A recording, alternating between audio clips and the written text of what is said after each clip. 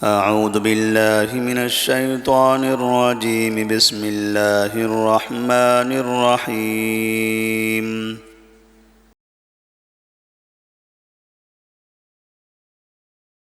وقالوا لن يدخل الجنة إلا من كان هودا أو نصارى تلك أمانيهم قل هاتوا برهانكم إن كنتم صادقين بلى من أسلم وجهه لله وهو محسن فله أجره عند ربه ولا خوف عليهم ولا هم يحزنون وقالت اليهود ليست النصارى على شيء وقالت النصارى ليست اليهود على شيء وهم يتلون الكتاب كذلك قال الذين لا يعلمون مثل قولهم فالله يحكم بينهم يوم القيامة فيما كانوا فيه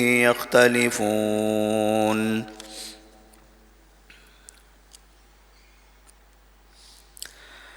سورۃ البقرہ آیت نمبر 111، 112 اور 113۔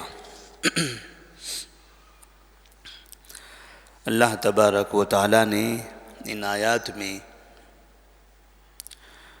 یہودیوں کی آرزوئیں اور ان کی تمناؤں کا تذکرہ کیا ہے۔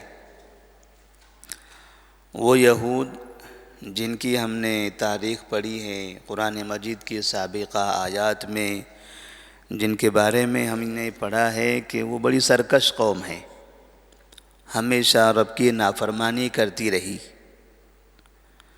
اس کے باوجود ان کا یہ کہنا بھی ہے مومنین سے، مسلمانوں سے، دیگر قوموں سے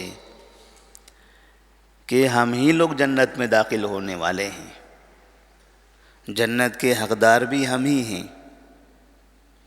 جس طرح سے کبھی کبھار بہت سی ایسی قومیں ہوتی ہیں شرک میں بھی مبتلا ہیں، بدعت و خرافات کا بھی ارتکاب کرتے رہتے ہیں، اور پھر خود کے بارے میں یہ بھی مشہور کرتے ہیں کہ اللہ تبارک و تعالیٰ کے سب سے محبوب ہم ہی ہیں، ہم ہی وہ جماعت ہے، ہم ہی وہ فرقہ ہے، ہم ہی وہ تنظیم ہے جو جنت میں جانے والی ہیں، باقی سب جہنمی ہوں گے۔ تو اللہ تبارک و تعالیٰ کہتے ہیں وَقَالُوا لَن يَدْخُلَ الْجَنَّةَ إِلَّا مَنْ كَانَ هُودًا أَوْ نَصَارَىٰ۔ ان لوگوں نے کہا کہ جنت میں ہرگز کوئی داخل نہیں ہوگا سوائے اس شخص کے جو یہودی ہو یا نصرانی ہو۔ یہودی کہتے ہیں کہ جنت میں وہی داخل ہوگا جو یہودی ہوگا، نصرانی کہتے ہیں کہ جنت میں وہی داخل ہوگا جو نصرانی ہوگا۔ اب اس طرح سے گویا کہ مشرکین بھی یہی کہیں گے کہ جنت میں ہم داخل ہوں گے، جتنے بھی غلط فرقے، باطل فرقے ہوں گے وہ سب یہی کہیں گے کہ ہم ہی لوگ جنت میں داخل ہونے والے ہیں۔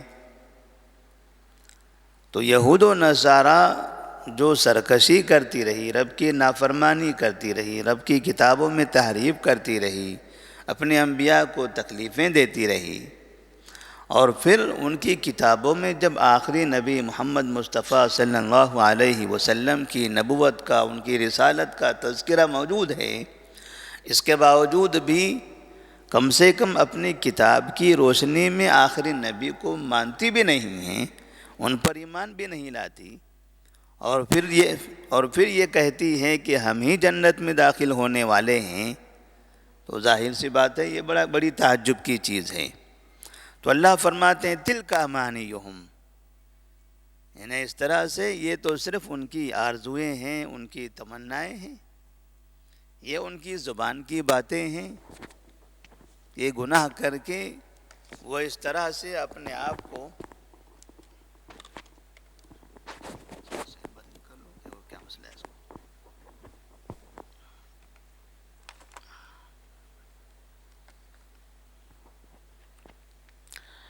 تو اس طرح سے وہ آرزو بھی کرتے ہیں. تِلْكَ أَمَانِيُّهُمْ، اللہ تبارک و تعالیٰ فرماتے ہیں یہ صرف ان کی آرزویں ہیں. یعنی ایسا کبھی نہیں ہو سکتا، ایسا کبھی نہیں ہو سکتا کہ وہ یہودیت پر باقی رہیں آخری نبی کے آنے کے بعد اور پھر جنت میں چلے جائیں، یا نصرانیت پر باقی رہیں آخری نبی کے آنے کے بعد اور پھر وہ جنت میں چلے جائیں. اس لیے کہ اگر وہ یہودی ہے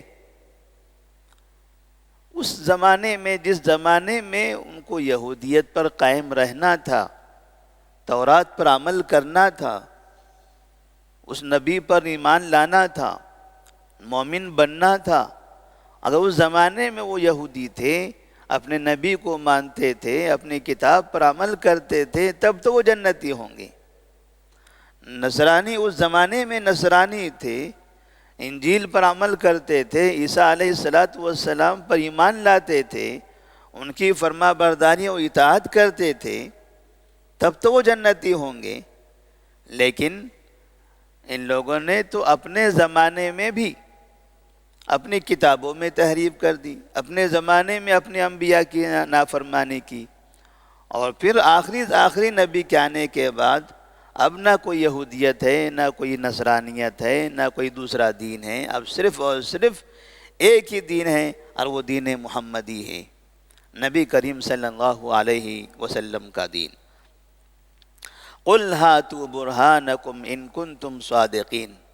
اللہ فرماتے ہیں اے محمد صلی اللہ علیہ وسلم، آپ ان سے کہہ دیجئے ہاتوا برہانکم، اپنی دلیل پیش کرو، کوئی ثبوت پیش کرو، ان کنتم صادقین، اگر تم سچے ہو، اگر تمہاری یہ بات صحیح ہے کہ تم جنتی ہو تو بتائیے کیا ثبوت ہے اس کا. کوئی عملی ثبوت دکھا دیجئے، کوئی ایمانی ثبوت دکھا دیجئے. اس لیے کہ جنت میں جانے کے لیے کسی سرٹیفکیٹ کی، کسی پیپر کی ضرورت نہیں ہے، وہاں ایمان کی اور عمل صالح کی ضرورت ہے. تو ایمان ہے آپ کے پاس تو وہ بتا دیجئے، عمل صالح ہے تو وہ بتا دیجئے. یا اب قرآن مجید نے آپ کے بارے میں خاص طور پر ایسی کوئی بات کہی ہے تو وہ بتا دیجئے. بلا من اسلم وجہہ للہ وہو محسن فلہ اجرہ عند ربہ. اللہ تبارک و تعالیٰ پھر کہتے ہیں جنت میں داخل ہونا یہودیت اور نصرانیت کی وجہ سے نہیں ہے. جنت میں کون داخل ہوگا؟ من اسلم وجہہ للہ، جو شخص خالص اللہ تبارک و تعالیٰ کے لیے، اللہ تبارک و تعالیٰ کے سپرد ہو جائے. جس شخص نے اللہ تبارک و تعالیٰ کی فرما برداری کی، اخلاص کے ساتھ اللہ کو قبول کر لیا، اللہ پر ایمان لے آیا، اب اس کے دل میں ریاکاری نہیں ہے، اب اس کے دل میں اللہ کے علاوہ شرک نہیں ہے، اور کسی سے محبت اور کسی سے عبادت کا کوئی ذکر نہیں ہے. وَهُوَ محسن، اور اس حال میں کہ وہ محسن بھی ہو، وہ صحیح کام بھی کرتا ہوں. احسان، اچھا کام، یہ اس وقت ہوگا جو نبی کی سنت کے مطابق ہوگا. اس لیے کہ اب عمل کی قبولیت کے لیے دو شرطیں ہیں. پہلی شرط یہ ہے کہ وہ عمل اللہ تبارک و تعالیٰ کے لیے ہو، یعنی اخلاص کے ساتھ ہو. دوسری شرط یہ ہے کہ وہ عمل نبی صلی اللہ علیہ وسلم کی سنت کے مطابق ہو. تو اللہ تبارک و تعالیٰ نے کہا من اسلم وجہہ للہ، گویا کہ اس میں اخلاص کا ذکر ہے. وہو محسن، اس میں اتباع سنت کا ذکر ہے. تو جو شخص اللہ پر ایمان لائے گا اخلاص کے ساتھ اور نبی کی سنت کی پیروی کرے گا تو اللہ فرماتے ہیں فَلَهُ أَجْرُهُ عِنْدَ رَبِّهِ، اس کے لیے اس کے رب کے پاس اس کا اجر ہے. وَلَا خَوْفٌ عَلَيْهِمْ وَلَا هُمْ يَحْزَنُونَ، اور ان لوگوں پر مستقبل کے کسی چیز کے بارے میں خوف نہیں ہوگا. وَلَا هُمْ يَحْزَنُونَ، اور نہ ماضی کی کسی چیز پر غم ہوگا، نہ انہیں ماضی کی کسی چیز پر غم کرنے کی ضرورت ہے اور نہ مستقبل کی کسی چیز سے ڈرنے کی ضرورت ہے. تو جو ایمان لے آئے اخلاص کے ساتھ اور نبی کی سنت کی پیروی کر لے.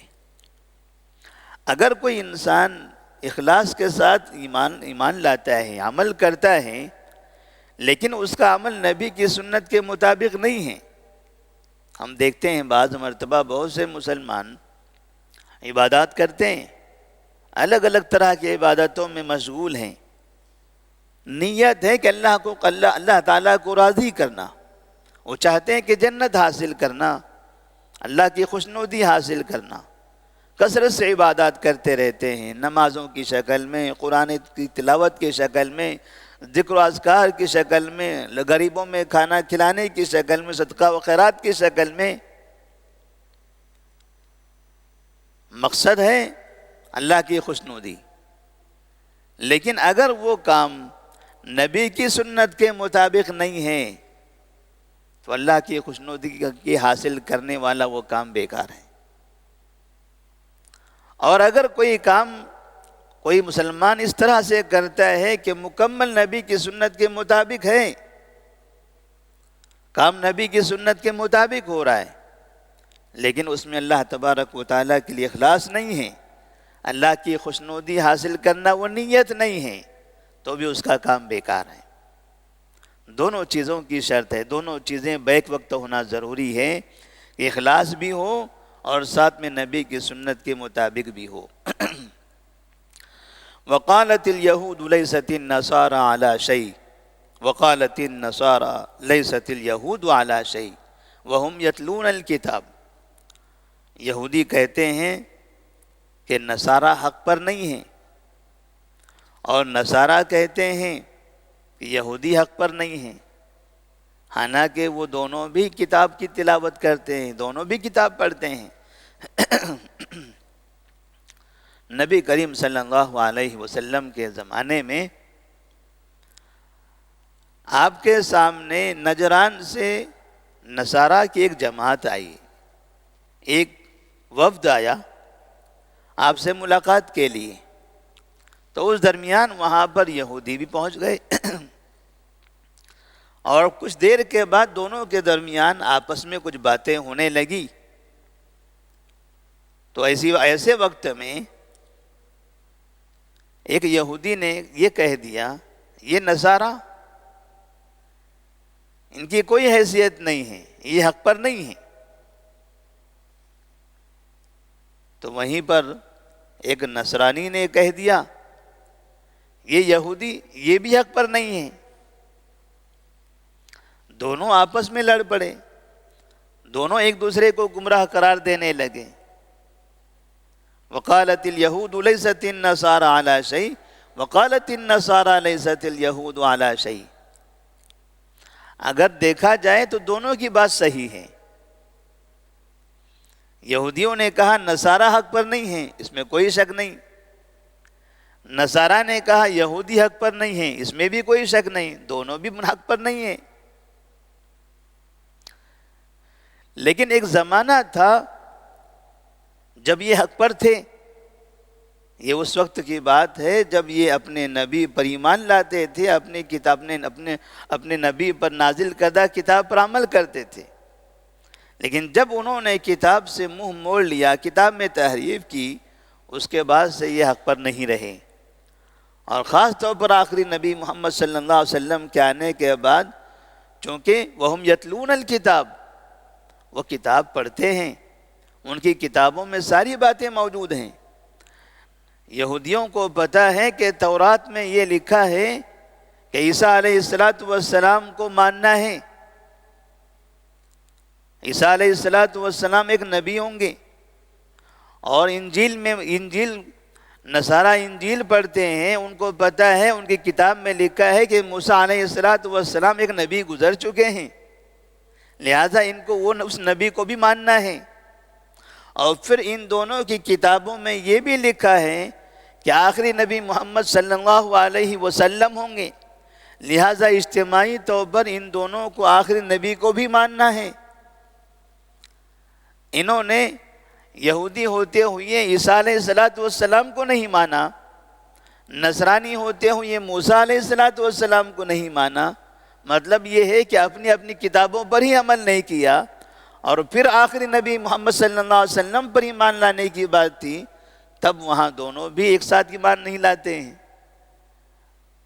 تو اللہ تبارک و تعالیٰ فرماتے وَهُمْ يَتْلُونَ الْكِتَابِ، کم سے کم انہیں کتاب تو پڑھ لینا چاہیے، وہ کتاب تو پڑھتے ہی رہتے ہیں، غور کر لینا چاہیے تھا اس میں۔ كَذَلِكَ قَالَ الَّذِينَ لَا يَعْلَمُونَ مِثْلَ قَوْلِهِمْ، جیسی باتیں یہ کر رہے ہیں ایسی باتیں وہ لوگ بھی کہتے ہیں جن کے پاس علم نہیں ہے۔ یعنی ان سے پہلے کے لوگ بھی ایسے ہی کہا کرتے تھے کہ وہ فلاں حق پر نہیں ہیں، وہ فلاں حق پر نہیں ہیں، وہ حق پر نہیں ہیں، ہم حق پر ہیں۔ انہیں خود گمراہی پر رہتے ہوئے دوسروں کو نہ حق پر کہا کرتے تھے۔ آج بھی دنیا کے اندر بہت سے مسلمانوں کے اندر ایسی جماعتیں موجود ہیں، خود حق پر نہیں ہوتے ہیں اور دوسروں کو باطل قرار دیتے ہیں۔ حق کا راستہ وہی راستہ ہے جو اللہ تبارک و تعالیٰ نے بتا دیا، بلا من اسلم وجہہ للہ وہو محسن، جو خالص اللہ کے لیے نبی کی سنت کے مطابق عمل کرتا ہے وہ حق پر ہے۔ نام چاہے کوئی کچھ بھی رکھ لے اپنا، مسلمانوں میں اتنے فرقے ہیں، کوئی بھی نام ہو، لیکن اگر اس میں یہ دو شرطیں پائی جا رہی ہیں تو وہ حق پر ہوگا۔ نام اس کا اچھا ہے، یہ دو شرطیں اس میں نہیں پائی جا رہی ہیں، اس کا نام اسے جنت میں داخل نہیں کر سکتا، اس کو جہنم سے آزاد نہیں کر سکتا۔ یہ دو شرطیں ضروری ہیں۔ فَاللَّهُ يَحْكُمُ بَيْنَهُمْ يَوْمَ الْقِيَامَةِ، اس لیے اللہ فرماتے ہیں ان سب چیزوں کی ضرورت نہیں ہے، تم حق پر ہو تم باطل پر ہو، اللہ تبارک و تعالیٰ قیامت کے دن ان کے درمیان فیصلہ کرنے والا ہے۔ اللہ فیصلہ کرے گا کون حق پر ہے۔ وَاللَّهُ يَحْكُمُ بَيْنَهُمْ يَوْمَ الْقِيَامَةِ فِي مَا كَانُوا فِيهِ يَخْتَلِفُونَ، جس چیز کے بارے میں یہ لوگ اختلاف کر رہے ہیں، اس کے بارے میں اللہ تبارک و تعالیٰ ہی فیصلہ کرنے والا ہے۔ اللہ سے دعا ہے کہ اللہ تبارک و تعالیٰ ہمیں اخلاص کے ساتھ عمل کرنے کی توفیق عطا فرمائے، ہمارے اندر توحید کو ہمیشہ باقی رکھے اور نبی کی سنت پر تا دیر تا حیات عمل کرنے کی توفیق عطا فرمائے، نبی کی سنت کے مطابق زندگی گزارنے کی توفیق دے۔ السلام علیکم ورحمۃ اللہ وبرکاتہ۔